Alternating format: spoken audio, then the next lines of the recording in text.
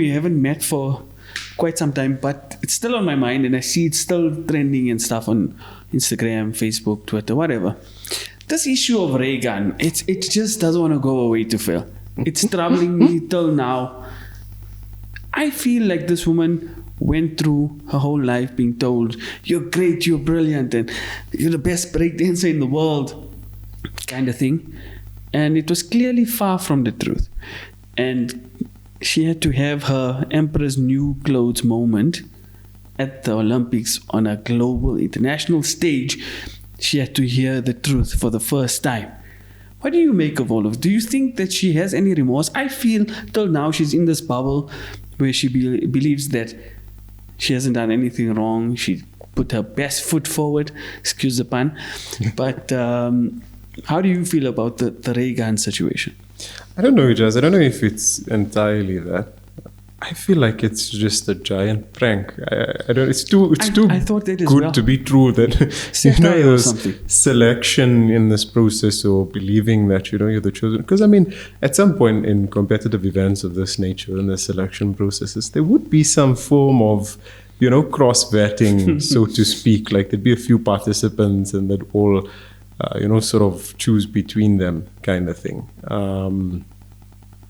I don't see how, even if it was a product of gentle parenting or like this coddling effect or whatever, I don't see how it still made it to that, that moment kind of thing. Well, I've been digging a bit deeper into the situation to find out how did she make it to that stage. And guess what? Her husband was one of the judges that chose who would be representing Australia. So, and it looks like when I watch some of the feedback, the feed into the trials or whatever to get selected, and you could see everyone, the competitors were on a far higher level in terms of their skill compared to her and her husband. But for whatever reason, maybe because they like the mafia of breakdancing in Australia, no one said anything. The husband looks like he also has no idea what he's doing, but he's the head of breakdancing in Australia, which is so weird. And then of course his wife, and everyone's like, hey, Raygun. But the talent on display far exceeded her actual ability, but yet she was chosen ahead of others. There was even a 9-year-old that had like a battle with Raygun, and everyone in Australia was like, why didn't they choose the 9-year-old? Why did they choose her? Kind of thing. So I'm still waiting for that press conference, when she comes back to Australia, like picture O.R. Tamo, the Australian version of that, and she's there, and then the media set up there just as she comes through with a trolley, and everyone's like, how did you end up representing us? Yeah. It hasn't happened as yet, and from what I've seen is that they seem to be protecting her, and the media seems to have like a gentle tone in how they reporting on the Raygun situation, and she's apparently set to make millions from being a terrible breakdancer, which is even worse. I mean, for everyone else, not for her, I guess. I don't know if it's so much about being that good. I think that's why I think it's a ploy. Because I mean, how else are you going to go viral if you just, do well and it's expected and it's competitive and it's just recorded as that. They'll just literally, there'll be a list of the winners out there and that'll be that. Mm-hmm. But if you make something intriguing enough, people are going to share it. People are going to ask questions. People are going to make memes. That's the new way of commenting on things that are absurd and that have occurred that's out there.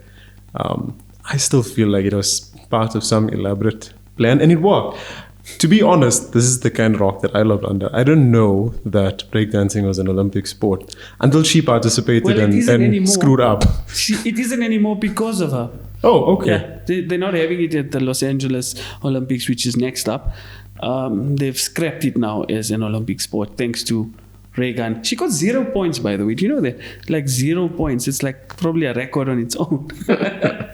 Maybe that was the other plan, the Guinness World Book of the lowest score. To be terrible? Was that the plan, to be absolutely terrible? If you think of golf, I mean, it's in golf scoring, that means she's like a hole-in-one, bro. Yeah, but it wasn't golf. That's the only. She was scraping her knees on the floor there and doing kangaroo jumps. It was embarrassing. But I don't know if you remember the movie Popstar. No. Never Stop, Never Stopping. So there's one person, like he has 23 people that are hired as his support cast, and one of them, one of these groups of people are his friends. So they show this where he's hitting a three-pointer, basketball three-pointer, but he completely misses the net, the hoop, everything. It like goes completely wide, but he doesn't even look. He's like doing a no-look shot, and it misses. And all of his friends are like, yeah, and they're cheering for him. So it's like this unwarranted sort of support. And I feel like that's exactly what happened with this lady. She was cheered along. The good breakdancers and all of them were like, yay, because her husband is the mafia don of the breakdancing industry in Australia. So they all just towed the line, per se. But they knew in their hearts of hearts, they knew that she didn't deserve to be there. And one of them should have represented Australia. Also, if you think about it, she is from Australia, and you know that down under, they do things a little differently. So could we not give her the benefit of that doubt? Nope.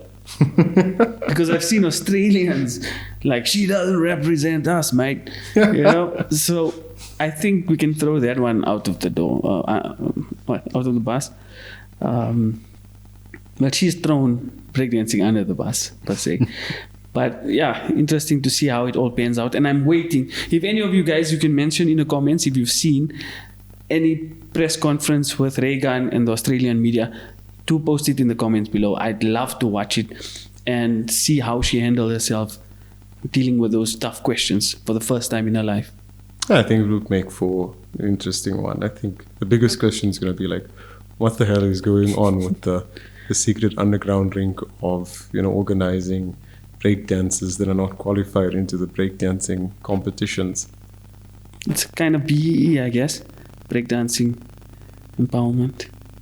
Equity. I don't know. I think it's like the Guptas, but with breakdancing, break capture. Break being the operating word, yeah. Yeah. She completely broke dancing in Australia. Shame. But maybe that was the plan. Like why? What? I'm still struggling. What plan? Like she's part of a secret lobby group that's against the act of breakdancing. As an art form or whatever it is. She's got a PhD on the subject. I'm sorry, she's written a thesis on breakdancing, which has been criticized to no end on the net as well. It's about infiltrating from within, I think maybe that's really the ploy there, kind of the Trojan horse, so to speak. Like, oh, a breakdancer, let's welcome her into the community. And then, breakdancing broken entirely. Yeah, we'll keep an eye on the situation and watch on with excitement and anticipation to see what happens to Raygun. I hope she gets like exiled from Australia or something drastic, Maybe she got that far because of the stage name, or maybe the other breakdancers didn't have a catchy, stage name. Maybe that's the only good thing. Maybe someone else is like Owen, I don't know, Crenshaw or something. So it doesn't sound good, when they even on the poster, it's not gonna fit well. But Raygun, on a poster, as part of the stage persona kind of thing, it works. Like in WWE and wrestling and in other things as well, singers, whatever. We know they use stage names. I think maybe it's because her stage name was the best, and that was the actual deciding factor. Okay, so no talent, good name. Make a note of that. We leave it there for today on this discussion on Raygun, and we'll see what happens. So far, she's escaped any criticism or media, stamp down. We will see if that does transpire with Australian pressure that might come from the public later on.